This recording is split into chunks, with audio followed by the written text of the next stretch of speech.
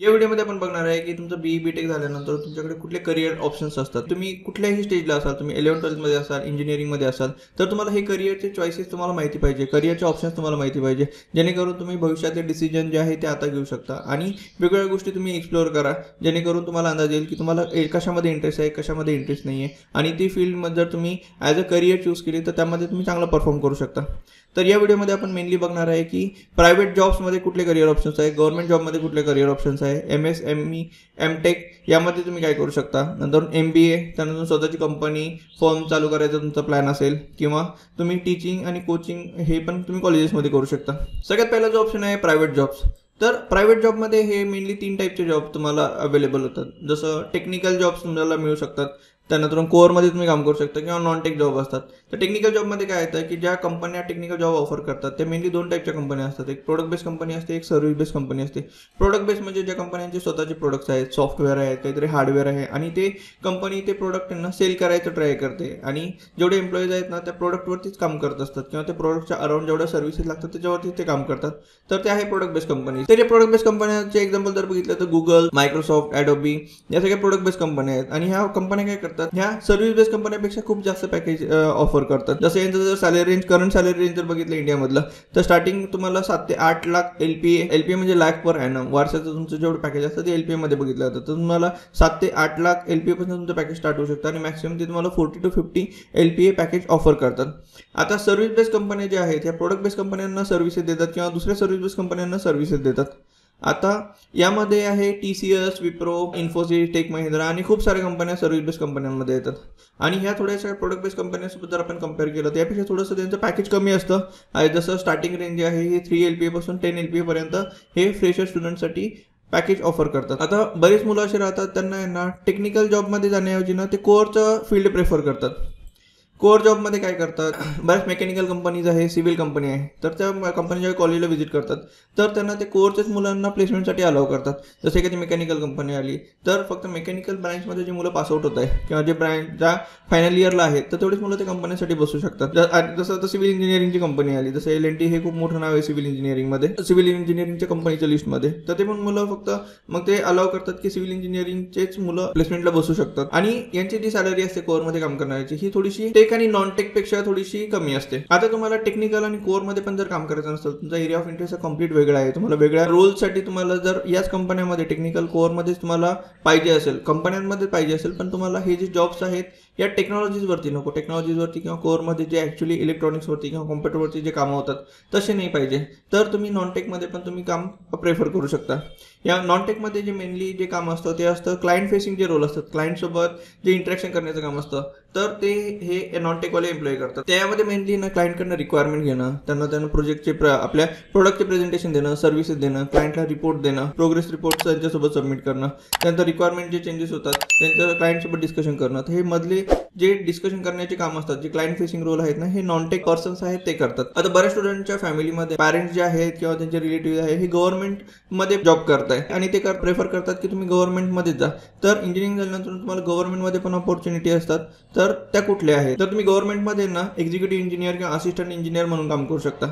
आता तुम्हाला इकडे नाही जायचं तर तुम्ही MPSC, UPSC या एक्झामची पण तयारी करू शकता। तुम्हाला बँकेमध्ये जायचे तर बँकमध्ये पण जॉब्स असतात, त्यासाठी तुम्ही प्रिपेअर करू शकता किंवा तुम्हाला टेक्निकलमध्येच राहायचं आहे आणि आपल्या इंडियामध्ये ना खूप मोठं ऑर्गनायझेशन आहे DRDO आणि इस्रो, यासाठी पण तुम्ही अप्लाय करू शकता। आता बऱ्याच स्टुडंटला ना ग्रॅज्युएशन झाल्यानंतर लगेच पोस्ट ग्रॅज्युएशन त्यांचं कंप्लीट करायचं असतं, कारण एकदा तुमचं एज्युकेशन स्टार्ट झालं तर तुम्ही एज्युकेशन कंप्लीट करण्यावरती त्यांचा भर असतो। तर ते मुलं काय करतात, MTech MSME साठी जास्त जातात किंवा ज्यांना इंजिनिअरिंगचं जे पॅकेज मिळतं त्यांना एकदम स्टार्टिंगचं पॅकेज खूप हाय हवं असेल तर ते काय करतात, मुलं पोस्ट ग्रॅज्युएशनसाठी जातात आणि पोस्ट ग्रॅज्युएशनच्या मुलांना ग्रॅज्युएशनपेक्षा जास्त पॅकेज मिळतं। आता पोस्ट ग्रॅज्युएशन तुम्ही कशामध्ये करू शकतात, तर MS, MTech आणि ME याच्यामधनं तुम्ही तुमचं पोस्ट ग्रॅज्युएशन कंप्लीट करू शकता। आता MS जर तुम्हाला करायचं असतं तर त्यासाठी GRE, TOEFL ही एक्झाम असते आणि MSचं जे ड्युरेशन आहे हे 2 वर्षाचं आहे। त्यानंतर तुम्ही जर MTech करायचं आहे, MTech आणि ME साठी तुम्हाला गेटची प्रिपरेशन करावी लागते आणि MTechचं ड्युरेशन जे आहे हे 2 ते 3 वर्षाचं असतं, ते पण तुमच्या कॉलेजवरती डिपेंड करतं। आणि हे पोस्ट ग्रॅज्युएशन झाल्यानंतर बरेच स्टुडंट जे आहेत हे PhD साठी पण अप्लाय करतात। इंजिनिअरिंग चालू असताना किंवा इंजिनिअरिंग झाल्यानंतर बऱ्याच मुलांना असं होतं की इंजिनिअरिंग बरं झालं, कंप्लीट झाली आहे, आता मला इंजिनिअरिंगकडे मी परत बघणार नाही किंवा मला इंजिनिअरिंगचे जे सब्जेक्ट आपण इंजिनिअरिंगमध्ये शिकलो होतो याच्यामध्ये मला कामच नाही करायचं आहे, तर मला इंजिनिअरिंग इंजिनिअरिंग होत असताना तुम्हाला त्यांना कळून जातं की हे आपलं एरिया ज्या एरियामध्ये आपल्याला भविष्यात कधीच काम करायचं नाहीये. तर असे मुलं दुसरी पण फील्ड एक्सप्लोअर करू शकतात. जसं MBA आहे. MBA ही जी आहे ना कम्प्लीट मॅनेजमेंटची फील्ड आहे. तर याच्यामध्ये काय काय येतं तर मॅनेजमेंटच्या डायरेक्शनमध्ये ना हे कोरचे स्पेशलायझेशन सांगितलं मी, जसं HR आहे, फायनान्सेस आहे, सेल्स आहे, मार्केटिंग आहे. आता MBA मध्ये पण खूप सारे नवीन ब्रँचेस आलेले आहेत, त्यावरती तुम्ही इन्फॉर्मेशन काढू शकता आणि त्यामध्ये तुम्हाला जर इंटरेस्ट असेल तर तुम्ही तिकडे जाऊ शकता. आता MBA तुम्ही जर रिपीटेड कॉलेजमधनं करत असेल तर तुम्हाला MSME MTech नंतरून जेवढे पॅकेज मिळतात, BE नंतरून जेवढे पॅकेज मिळतात तेवढेच पॅकेज MBA ला पण मिळतात. फक्त तुम्ही MBA जे आहे ते कुठल्या रेप्युटेड कॉलेजमधनं झालं पाहिजे. त्या कॉलेजला ना चांगल्या कंपन्यांनी व्हिजिट दिलेली पाहिजे. त्या कॉलेजला खूप चांगल्या कंपन्यांची प्लेसमेंट पाहिजे. कॉलेजला ऍडमिशन घेण्यासाठी तुम्हाला कॅटच्या एक्झामचं प्रिपरेशन करावं लागतं. कॅटच्या एक्झामवरती तुम्हाला कॉलेज मिळेल. नेक्स्ट आहे बरेच स्टुडंट्स इंजिनिअरिंग होत असताना ते स्वतःच्या कंपनी चालू करण्याचं किंवा त्यांनी ऑलरेडी कुठल्या तरी प्रोजेक्टवरती ते काम करत असतात. तर तिथेच त्यांना वाटतं की आपल्याला नाही, आता इंजिनिअरिंग नंतर कुठे जॉब नाही करायचं, आपल्याला स्वतःची कंपनी काढायची आहे. आता मी माझ्या केसमध्येच आमचा एक एक्झाम्पल देतो. त्या ग्रुपमध्ये पण एक स्टुडंट असा होता, सुशांत नाव त्याचं.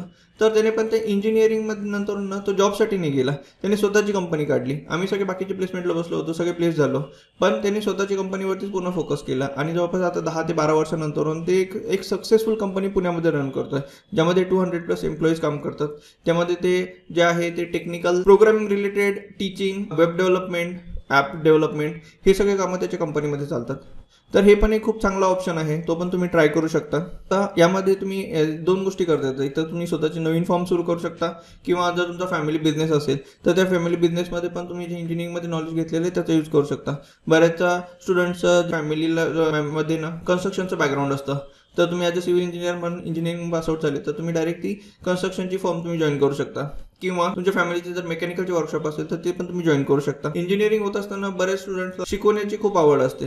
आता तशा मुलांना पुन्हा मोठ्या कंपनीत जाऊन काम करण्याऐवजी ना ते टीचिंग किंवा कोचिंगची फील्डच प्रेफर करतात. तर इंजिनिअरिंग झाल्यानंतर तुम्ही डायरेक्टली डिप्लोमा कॉलेजला शिकवण्यासाठी इलिजिबल असतात.